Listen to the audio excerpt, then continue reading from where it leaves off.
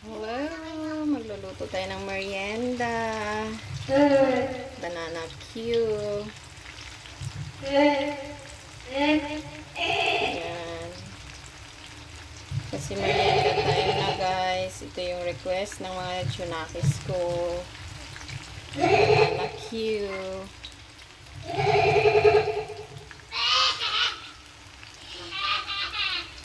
Sa aking makukulit.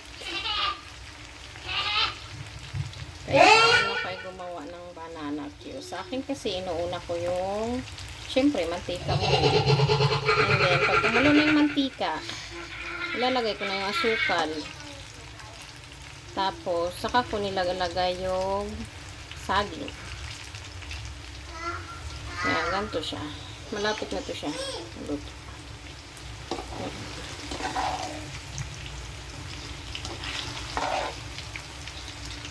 Okay.